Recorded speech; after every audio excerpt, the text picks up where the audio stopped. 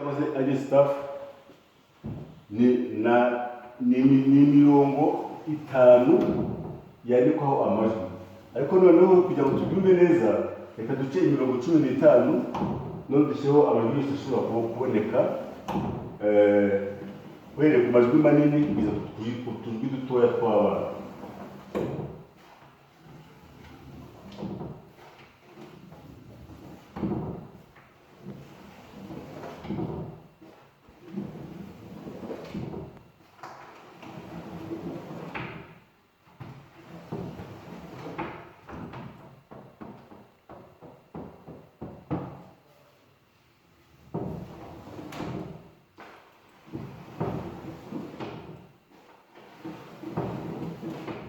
Kugira ngo yose tuzi kwashyiraho duhere hano hejuru cyangwa se duhere hasi tuzamuke tugize hano hejuru, amajwi yose tuyashyiraho kuko imisari ari 15.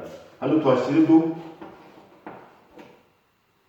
muzi ko habaho amajwi arindwi. Ijwi rya mbere bagita do, rya kabiri, rya gatatu, rya kane, fa, rya gatanu, so, rya gatandatu, rya karindwi, gutyo uvuga ngo urutonde rw'amajwi arindwi tugende tubitondeka gute ku majwi manini kugeza ku majwi matoya. Do yajya hano, re ijya hano, mi ijya hano, fa ijya hano kuko amajwi ajya ku mirongo mu myanya. So ijya hano, la ijya hano, si hano, do hano, re hano,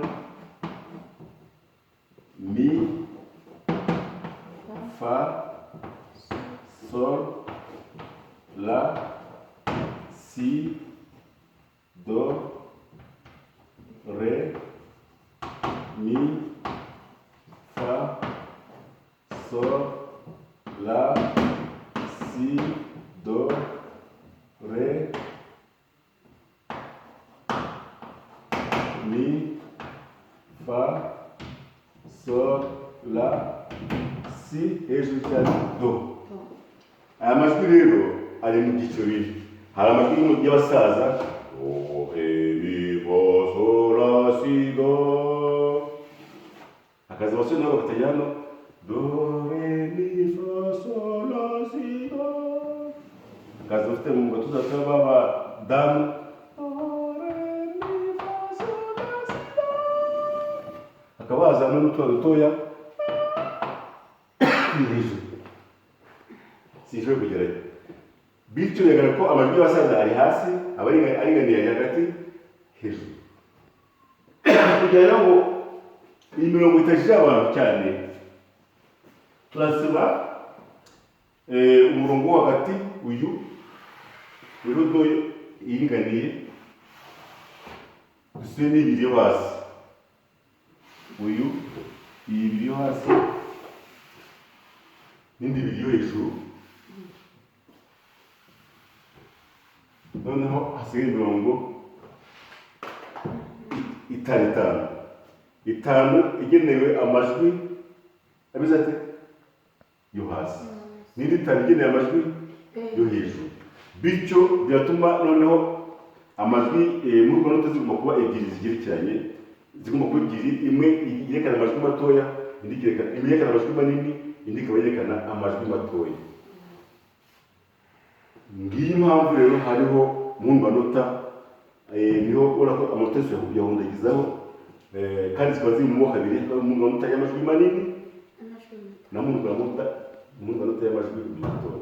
Reka turebere hamwe rero isomo rya kabiri ryitwa ubundi mu manota ni iki. Mu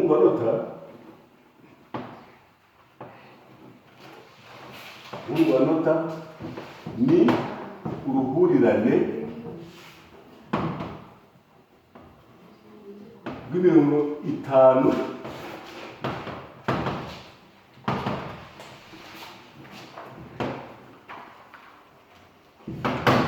irimo imyanya 4 ingana, bayibara bahereye hasi.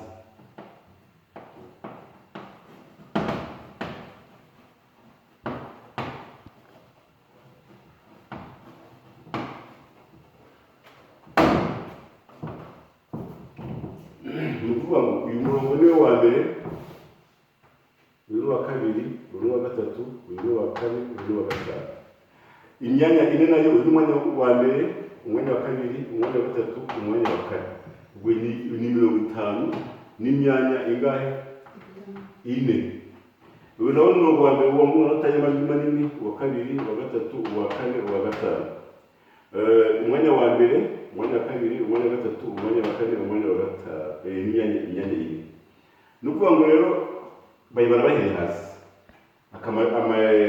kugira ngo amajwi azabashe gusomeka neza. Hari icyo bita urufunguzo.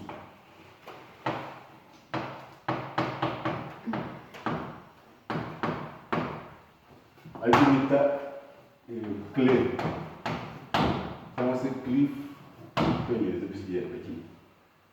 Urufunguzo ni iki rero? Ni ukuvuga ngo aya majwi mbere yabanje kugira inyito ya alphabet. Iyi ryitwa C, ryitwa D, ryitwa E, F, G, E, ryitwa B. Kera rero kuko babaraga amajwi bahereye kuri izi inyandiko zahimbwe na Gama w'Umugiriki, bituma amajwi matoya byatuma amajwi matoya bareba ijwi ryafatiraho ikimenyetso, bareba ko iyi do yaba ifatiro ry'ifunguzo. Basanga bagize gutyo gufata ijwi riraha bari kuri do, barifata urufunguzo bakavuga bati tufate 50 noneho tubi hano 1 2 3 4 5, bakagira batya, bigatuma noneho bavuga bati iyi do kuko ari C, bagashyiramo C imeze gutya n'indi C, berekana ko ahangaha niho hariho ijwi rya C. Bituma bari gufunguza rwa mbere rwa do rw'iyi do. Babona n'abaye kuri iyi do bagana amajwi matoya, wabona ko iyi yabare, iyi ni re, iyi ni mi, iyi ni fa, iyi ni sol. Bafite no ku ijwi rya ku murongo wa 5 bava kwanga mu kujya urufunguzo rw'amajwi matoya. Urufunguzo rwa sol rero ni G. Iyo G rero barega batya bakabona si byiza cyane, nyuma yaho baza kugorondora gutya, nyuma yaho baza kumanura gutya, ariko byerekana ko ijwi ari irihe, urufunguzo ni urwa G, rwerekana ko ari mpuzanota irimo amajwi yo hejuru. Iyi mpuzanota rero yabyo ifite amajwi aringaniye. Basanga no mu biri mpuzanota ya base hagomba kuza 50 uhereye kuri hano, ijwi rya 5, do, si, la, sol, fa. Basanga iyi fa niba agiye ku rufunguzo rwayo. Noneho iyi fa yitwa F. Bakoze F gutyo babona ntigaragara neza, kuko F y'umukono ariyo iyi. Hanyuma nyuma yaho baza gusimbuza utu turongo, utudomo tubiri, berekana ko iri jwi ari irihe, ari F. Ubwo urufunguzo n'iki rero?